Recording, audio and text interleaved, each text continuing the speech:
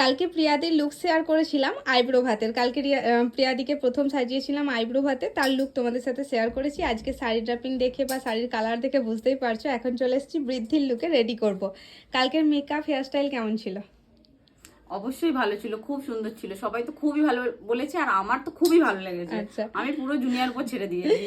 আর কালকের ওটা ওই লুকেই আবার মেহেন্দির লুকে ট্রান্সফার করা হয়েছিল, মানে ওই আইব্রো ভাত আবার তারপরে ওটাতেই মেহেন্দি করা হয়েছিল। আর মেকআপটা অনেকক্ষণ ছিল, আমি পুরো 4টে কাল মানে 3:30-র দিকে, ভোর 3:30-র দিকে মেকআপ তুলেছি, পুরো ওরকমই ছিল, হেয়ার স্টাইল মেকআপ সব পুরো ওরকমই ছিল। যাক, থ্যাংক ইউ সো মাচ। আর আজকে কিরকম লুক চাইছো? আজকেও তোমার, আজকেও আমার উপর।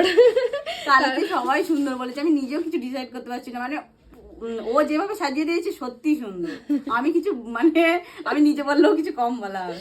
তো যাই হোক, চলো আজকেও আমি তাহলে আমার মতন করি একটা লুক ক্রিয়েট করি, দেখা যাক সেটা দিদির পছন্দ হয় কিনা। তো দেখা যাক। ফাইনাল লুকের জন্য তোমরা যদি আমাদের পেজটা এখনো ফলো না করে থাকো তাহলে অবশ্যই ফলো করে দাও। আর তোমরাও তোমাদের কোনো স্পেশাল দিনে বুক করতে চাইলে স্ক্রিনে দেওয়া নাম্বারে বুক করতে পারো। তো এখনকার মতো টাটা, আবার দেখা হচ্ছে ফাইনাল লুকে।